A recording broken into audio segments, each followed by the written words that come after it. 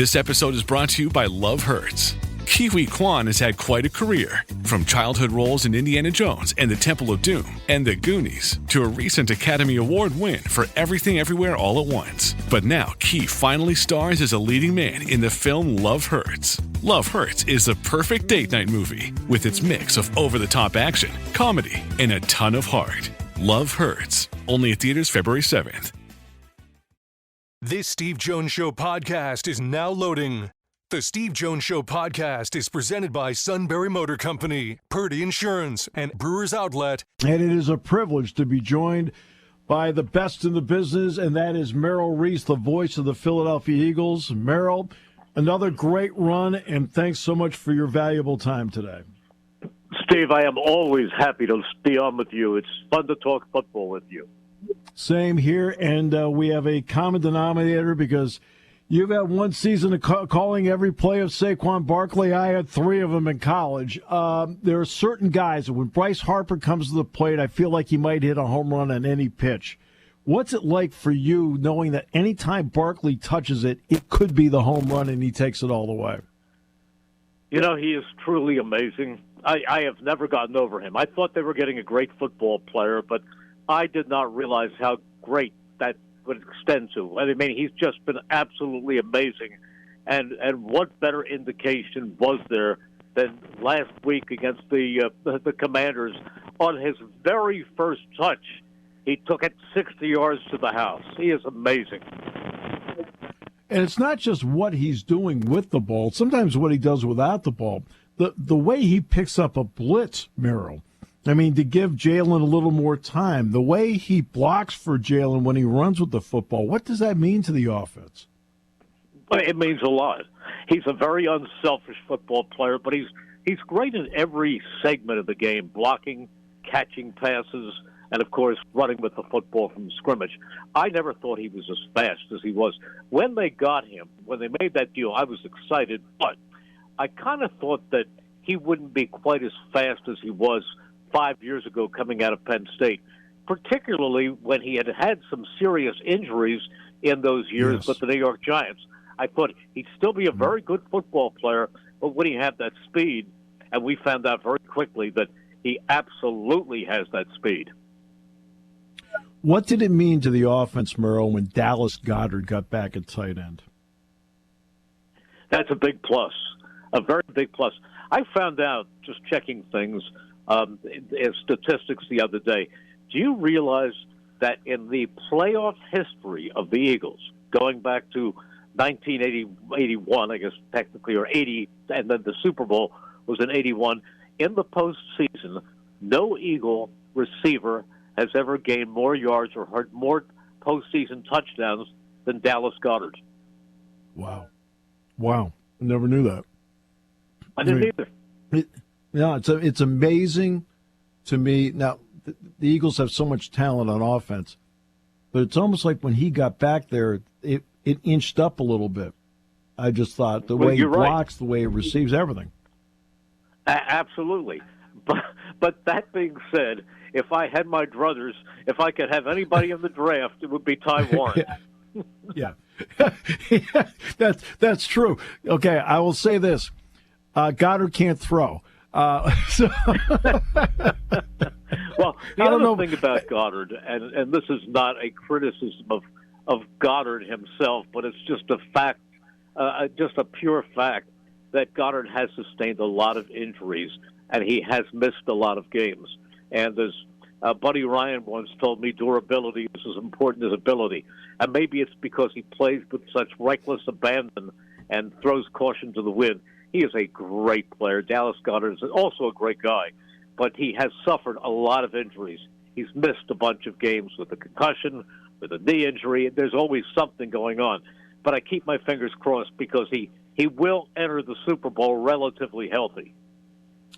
All right, so Howie made a lot of moves, Howie Roseman, in the offseason. We've already talked about Barkley.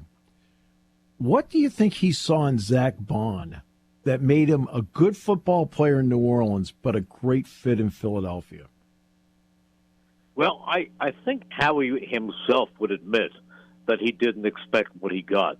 You know, Steve, we hear football coaches all the time saying it's their job to put players in the right places to make plays. Well, they brought him over here thinking he could do some edge rushing and be a great special teamer. But it was Vic Fangio who took him and put him inside and said, I believe he is an inside linebacker. Well, he's not only an inside linebacker, but he's a first-team All-Pro inside linebacker. The defensive backs, they draft Mitchell, great pick. Cooper DeJean got hurt at the end of his senior season, and Howie still drafted him. What have those two young players meant to solidifying the secondary? Oh, they meant everything. They meant everything because neither of them came in and at any point looked like rookies. I mean, they were confident. They were fundamentally sound. They were coachable. I've never seen two players come in as rookies and immediately fit in. I mean, they didn't go through growing pains. I mean, Quinyon Mitchell may have had his first interception in the playoffs against Green Bay, but Quinyon Mitchell has been around the ball all the time. There was a stretch of games up until maybe the last 3 games of the season. He hadn't given up a single touchdown pass. Quinyon's quite amazing. And, of course, Cooper DeJean not only is an outstanding slot corner, and I think he could eventually be, if Darius Slay were to move on, I think he would be the other starting corner. But I think that Cooper DeJean also stepped up when Britton Covey got hurt and has done an excellent job returning punts. Yeah, no question. Great punt returner. Saw that when he was at Iowa. Nolan Smith on the edge.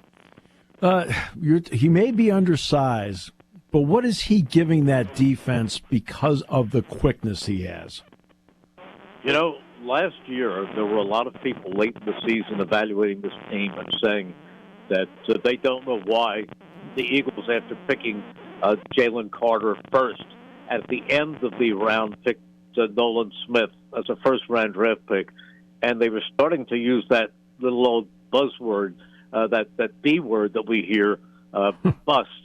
And Nick, and again, credit to Vic Fangio, who liked him the minute he came to camp or the minute he saw him in the OTAs. And Vic Fangio said he's a good football player. He just needs a chance to play and gain experience at this level. And Vic believed in him, and we see that every game, almost every game, he seems to come up with a key sack. You mentioned Vic Fangio. He's another guy that's added into this mix for them. What does it tell us about him that after a period of time where he needed to adapt based on his personnel, he did, and it worked? Steve, he's a great coach. He's a great coach. I've been around a lot of great defensive coordinators in my career. I mean, Buddy Ryan, we talk about him as a head coach, but he was really a great defensive coordinator. And going way back, one of the best I've ever been around was the late Bud Carson. He was great. And then, of course, Jim Johnson in the Andy years was right at the top of his profession. Can I tell you that Vic Fangio belongs in that class? He is that good. When the Eagles face the Chiefs next Sunday, people talk about the Chiefs' defense and their great coordinator, Steve Spagnuolo. And I know Steve, and I know him very, very well, and he's a great guy, and he's a tremendous coach. But Vic Fangio certainly will hold his own with Steve Spagnuolo. You have two of the best. Yeah. By the way, Jack Ham, the number of times he'd bring up Jim Johnson to me, I couldn't even. If I had $1 for each time he did it, you and I would be like playing golf right now. So, well, I'd be doing that anyhow if there weren't snow on the course. That's true. No, so would I. As a matter of fact, Merrill. This game itself, like you've been down this road before. Yeah, you've been down the Kansas City road before. Both teams are a little bit different than before. You know, what do you think of Kansas City based on what you see now? Not what everybody will talk about the reputation they have, but what do you see in that team right now? Well, they're very, very good. They've got a lot of talent. However, I'm going to be honest with you. I think if you compare the rosters from top to bottom, I agree with the this. Eagles are better. The Eagles have a more complete roster. However, there's that little X factor who wears number 15, and you never know what he's going to do next. And he is one of the most unbelievable crunch time quarterbacks ever. Although, go back to Super Bowl 57 2 years ago, Jalen Hurts actually outplayed him that day. I agree. He did, except for one play. Jalen, I thought, was the best player in the field. One little fumble. Yeah, but Jalen was the best player in the field outside of that one play. He was great, and he was great against the Commanders 2 weeks ago. I thought that's the best. Personally, I thought it was the best game he played this season. When you look, and he has stayed away from the big mistake along the way. Now, there's a trade-off with that. How do you evaluate Jalen Hurts at this point? Well, I don't use the word a lot, but I think he's a great quarterback. And I have never wavered on my belief of Jalen Hurts. I just think he's a tremendous quarterback. He's an unbelievable person. He's not a guy with a big personality, and he doesn't showboat very much, but he studies endlessly. He's dedicated, and he's very, very coachable. He does what they want him to do. So if the game plan that particular week means run Saquon Barkley and throw maybe 20 passes at most a game, he goes along with it. Or if you get into a game where you've got to flex the arm and go deep, he can do that too. I think he's a tremendous quarterback. Now, can he do some of the things that Patrick Mahomes can do that we see every now and then and go, wow? No, I don't think he's got quite that many athletic gifts, but he's got a great arm. People underestimate his arm. He's got a great arm. Doug Peterson, when he came in and he first saw him, he said, you know what? He can put the ball any place he has to on the field. He can throw hard. He can throw with touch. And also, he's very, very athletic, very, very fast. It's just that Mahomes has a certain instinct which enables him to get away from five guys who are surrounding him, and all of a sudden you see him halfway down the field. Well, for goodness sakes, Tom Brady faced Eli Manning twice in Super Bowls. Manning was the winning quarterback each time. Is there any team in the NFL that's picking Eli Manning over Tom Brady? No. All right. I mean, you just have to be you, the best you out there. Jalen Hurts is the best Jalen Hurts. He is, and he's a leader. Believe me, he is really a leader in his own quiet way. No question about that. Well, not just quiet way. You can tell that people naturally gravitate toward him because he's a we person. He's a we person, not a me person, right? He is absolutely a we person. And the other thing about Jalen Hurts is if you watch his demeanor on the field, he's unflappable. He keeps his poise. Good, bad, whatever happened next, he goes on to the next play. He never loses his cool. Finally, for you, Merrill, it's about Nick Sirianni. You've watched every snap over the years. Where's the area of growth that you have seen in him as a head coach that you appreciate? Well, number one, he's a great motivator. That's a big thing. The players really like him.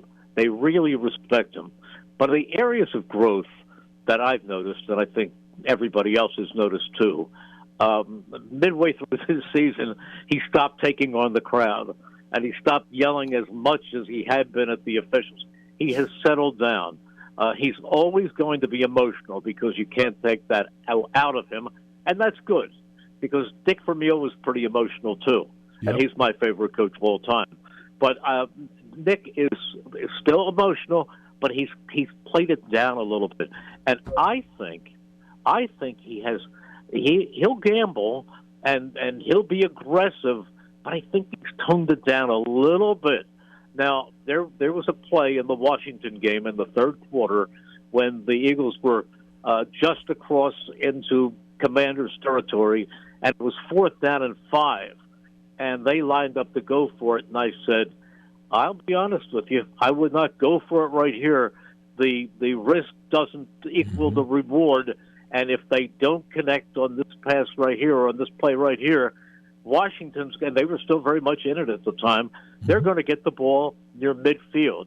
So I figure, all right, he's going to go for it. He's going to go with some kind of a short out, or flip the ball across the line of scrimmage to Barkley and let him run another 3 yards. Instead, back goes Hurts, looking downfield, and throws it 30 yards downfield on the sideline to A.J. Brown, who all he had to do was stick out the palms of his hands, and the ball found the target. It was just an unbelievable play. So Nick will still do that from time to time, but go back to early in the season when they played Atlanta on the very first drive. They were inside the 10-yard line, and they went for it on 4th and 6 and came away without points. I don't think he would do something like that early in the game. I think he would take the 3 points and move on. So, but look, what do I know? Do you know, Steve, I have to tell you, going back to Super Bowl 52, it's right before half. The Eagles had a 4th and goal from the 1 with 2 seconds left. And I said to Mike Quick, I said, listen, they have to take the 2 points here, and 3 points here. They've got to take the 3 points because they are going to be kicking off to begin the second half. So the Patriots are going to have the ball. If they take a chance right here and fail, all the momentum goes the other way. So what do? They pull off the most famous play in Eagles history, the Philly with the pass going to Nick Foles. And Mike said to me, that's why you're up here and Doug is down there. And I walked into the locker room, and Doug and I hugged, and I said to Doug, I said, that was the worst call I've ever seen with the best result. You know what? I'm like you. I realized a while ago that is why I'm up there.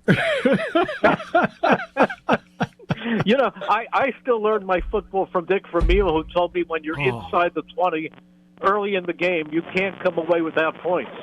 But that's not the style of football today. There are a lot of riverboat gamblers out there, but I think Nick has toned it down a little bit, and he's done some things that he might not have done earlier.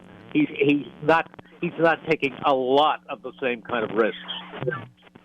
The Super Bowl was made for you. I am looking forward to hearing you on Sunday because it's going to be a great game and you're going to give a performance beyond words. Thank you so much, my friend. You are the best in the business.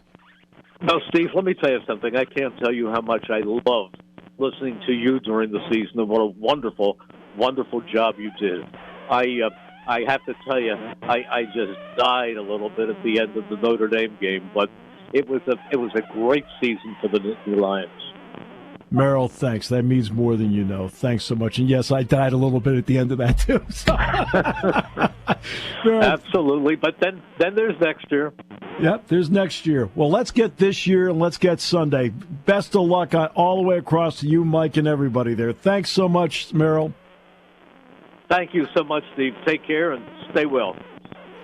The great Hall of Famer, one of the best ever to be in that spot, without question, Merrill Reese.